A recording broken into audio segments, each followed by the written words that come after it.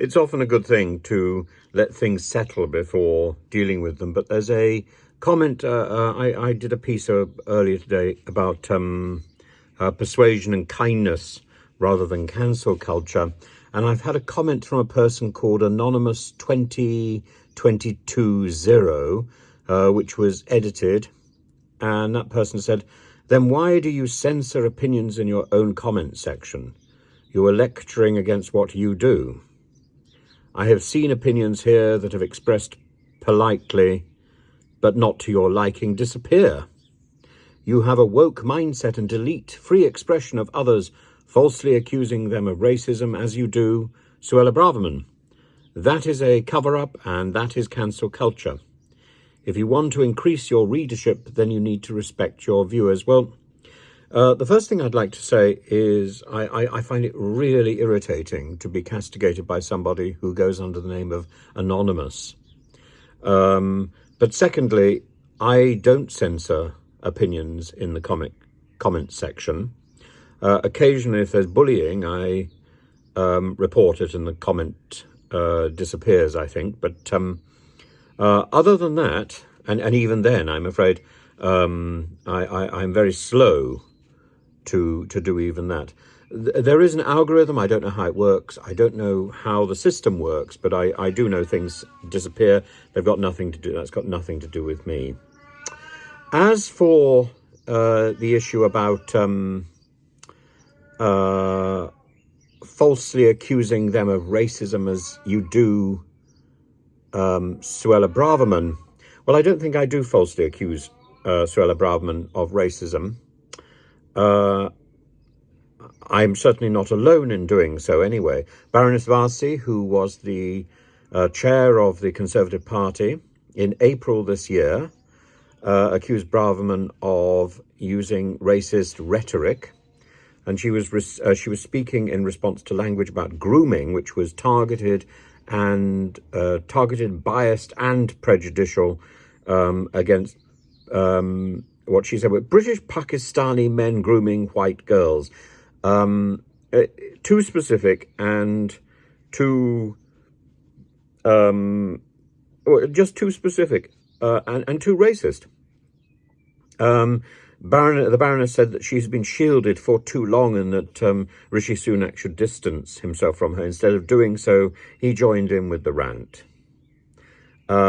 She was accused of being at the centre of racial insensitivity on a weekly basis by the founder of the group Conservatives Against Racism and for Equality.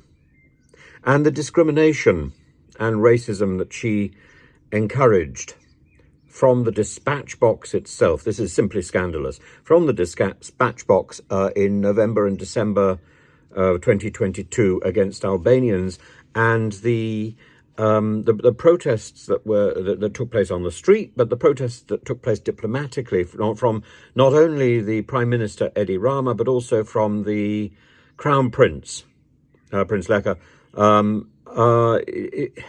she didn't respond to. My concerns about Suella Braverman is that she is abusive. Her predecessor was a bully. The one before that, Mrs. May, was locked into an idée fixe. That paperwork is going to solve everything. And she didn't listen either. We've had a string of Home Secretaries who believe they are right. And believing you are right, believing you are infallible is a one-way ticket to disaster. And that has been discovered even by the present popes. It's only very recently that the popes claimed to be infallible, and the doctrine of infallibility has only been invoked, I think, 5 times. One of those times was to declare the popes infallible when speaking about morals and faith with very specific and within the tradition of the church. So, claiming infallibility, acting as if one cannot be challenged, not apologising, and using inflammatory language, yes, that is Braverman. Accusing me of censoring material on YouTube simply because YouTube has an algorithm that makes things disappear, no. That's unreasonable and unfair. And to have that done by somebody who doesn't have the honour or the guts to put a real name to their comment. Well, is that Suella Braverman? So posing? I don't know. But I think